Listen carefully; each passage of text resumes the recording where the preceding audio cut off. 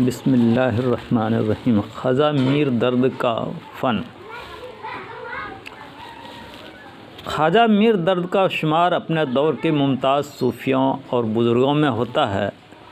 وہ اپنے دور کے دوسرے شعراء کی طرح صرف منہ کے ذائقہ بدلنے کے لیے تصوف سے تعلق نہیں رکھتے تھے، بلکہ وہ اس بحر کے استاد تھے۔ ان کی شاعری پر بھی تصوف کا گہرا اثر پڑا۔ ان کی شاعری واردات و کیفیات کی شاعری ہے۔ ان کی نگاہ ظاہر سے کم الجھتی ہے۔ وہ خارجیت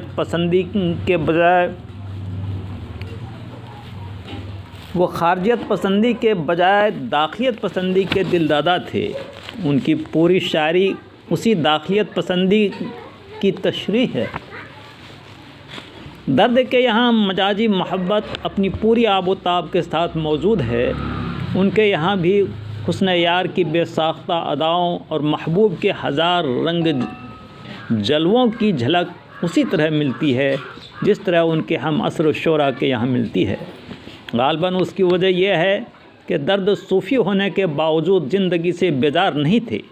انہوں نے اپنی غزلوں میں محبت کے ہزاروں روپ پیش کیے، جن میں بڑی رعنائی، دلکشی اور رنگینی ہے۔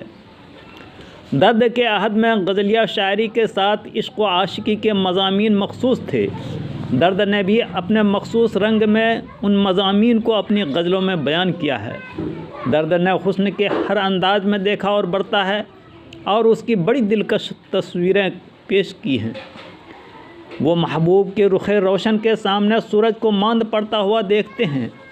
چشمِ آب نہ ہو چشمِ خورشید سے کم، چشمِ آب نہ ہو چشمِ خورشید سے کم، شعلہ رو تو کبھی منہ دیکھے اگر پانی میں، عرق کی بوند اس کی زلف سے رخسار پر ٹپکی، عرق کی بوند اس کی زلف سے رخسار پر ٹپکی، تعجب کی ہے جا گہ یہ پڑی خورشید پر شبنم۔ درد محبوب کی آنکھوں کی کیفیت کو طرح طرح سے بیان کرتے ہیں کہ کس طرح وہ آنکھیں لوگوں کے دلوں کی دنیا میں انقلاب برپا کر دیتی ہیں۔ درد محبوب کے خرام ناز کا بھی نقشہ پیش کرتے ہیں کہ ان کا محبوب کس طرح خوشبو بکھیرتا ہوا چلتا ہے۔ کرے ہے مست نگاہوں میں ایک عالم کو، لیے پھرے ہے یہ ساقی شراب آنکھوں میں، گزرا ہے بتا کون صبا آج ادھر سے، گلشن میں تیرے پھولوں کی یہ باس نہیں ہے۔ اس طرح درد کی غزلیں ایک نگار خانہ کی طرح سجی ہوئی ہیں۔ مذاق زمانہ کے مطابق ان میں شوخی اور معاملہ بندی کے مضامین بھی ہیں، لیکن درد کہیں بھی حدود سے باہر نہیں نکلے اور کسی جگہ بھی توازن کا دامن اپنے ہاتھ سے نہیں چھوڑا۔ ہم نشیں پوچھنا اس شوق کی خوبی مجھ سے، ہم نشیں پوچھنا اس شوق کی خوبی مجھ سے، کیا کہوں تجھ سے غرض جی کو میرے بھایا ہے۔ ہر گھڑی کان میں وہ کہتا ہے کوئی اس بات سے آگاہ نہ ہو، میں سامنے سے جو مسکرایا ہونٹ اس کا بھی ہل گیا تھا۔ اس طرح ہمیں میر کی غزلوں میں ایک نشاطیہ رنگ نظر آتا ہے، لیکن کہیں کہیں ان غزلوں میں درد کی لہر سی محسوس ہوتی ہے۔ لیکن درد غموں سے نباہ کرنے کا سلیقہ جانتے ہیں، اس لیے ان کے حزنیہ اشعار میں بھی ایک درد آمیز لذت محسوس ہوتی ہے۔ جان سے ہو گئے بدن خالی، جس طرف تو نے آنکھ بھر دیکھا، ان لبوں نے نہ کی مسیحائی، ہم نے سو طرح سے مر دیکھا۔ اندازہ وہی سمجھے میرے دل کی آہ کا، زخمی جو ہو چکا ہو کسی کی نگاہ کا، اذیت مصیبت ملامت بلائیں، تیرے عشق میں ہم نے کیا کیا نہ دیکھا۔ درد کی شاعری کا محور محبت ہے۔ انہوں نے جتنی باتیں کہی ہیں سب دنیائے محبت سے متعلق ہیں۔ وہ محبت حقیقی بھی ہے، مجازی بھی، ذات خداوندی، وحدت الوجود، انسانی عظمت اور فنا و بقا کے مضامین سب محبت حقیقی کے مظاہر ہیں۔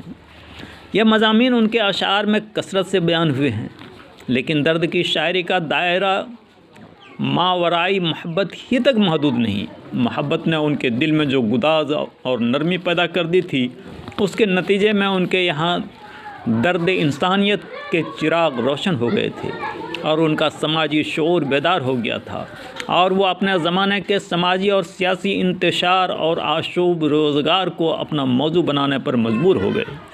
جن اشعار میں درد نے اپنے زمانے کے درد و کرب کو پیش کیا ہے، ان میں بہت تاثیر اور دل کو چھو لینے والی کیفیت پیدا ہو گئی ہے۔ شب خوں لیے فلک فرے ہے، کھینچے ہوئے تیغ کہکشاں کی، دل زمانے کے ہاتھ سے سالم، کوئی ہوگا کہ رہ گیا ہوگا، زندگی ہے یا کوئی طوفان ہے، ہم تو اس جینے کے ہاتھوں مر چلے، جلتا ہے اب پڑا خس و خاشاک میں ملا، وہ گل کے ایک عمر چمن کا چراغ تھا۔ خواجہ میر درد کے کلام میں تخیل اور فکر جمیل کی وجہ سے دلکشی و دل آویزی تو پیدا ہوئی ہی ہے۔ ان کے فن کو اعتبار بخشنے میں ان کے مخصوص انداز بیان، نرم لب و لہجہ اور رمزیت و اشاریت کو بڑا دخل ہے۔ درد نے اردو غزل کو نئی علامتیں اور نئے استعارے دیے ہیں۔ تشبیہات و استعارات کے استعمال کے سلسلے میں ان کا جمالیاتی ذوق کافی نکھرا ہوا ہے۔ ان کی شخصیت کی طرح ان کا لب و لہجہ بھی بہت معصوم اور پرتاثیر ہے۔ ان کے یہاں اسے نشتر کثرت سے ملتے ہیں، جو جذبے کی شدت کی وجہ سے میر کے نشتروں کے قریب پہنچ گئے ہیں۔ یہی نشتریت اور اثر انگیزی ان کی غزلوں کو روایتی سطح سے ہٹا کر تغزل کے بلند مقام تک لاتی ہے۔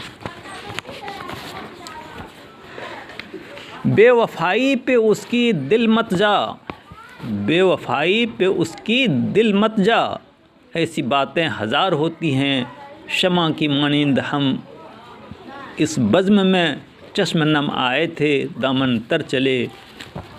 اعجاز کو غزل یا شاعری میں ایک اہم مقام حاصل ہے۔ کم لفظوں میں زیادہ باتیں کہنا ایک فن سمجھا جاتا ہے۔ رمزیت و اشاریت اس لحاظ سے غزل کی جان ہے۔ میر درد کی شاعری میں رمزیت و اشاریت کا حسن اپنے شباب پر ہے، جس کی وجہ سے غزل کی مجموعی فضا میں ایک خاص کیفیت پیدا ہو گئی ہے اور معنویت میں اضافہ ہو گیا ہے۔ میر درد نے چھوٹی بہاروں اور مترنم الفاظ کے استعمال سے آرٹ کی بلندیوں کو چھو لیا ہے۔ اب دل کو سنبھالنا ہے مشکل، اگلے دنوں کچھ سنبھل گیا تھا، تہمتیں چند اپنے ذمہ دھر چلے، جس لیے آئے تھے سو ہم کر چلے، وہ نگاہیں جو چار ہوتی ہیں، برچیاں ہیں کہ پار ہوتی ہیں۔ ان خصوصیات نے میر درد کو اردو شاعری کا ایک اہم غزل گو شعراء کی فہرست میں ایک مقام عطا کیا ہے، اور یہی ان کی انفرادیت کا ضامن بھی ہے۔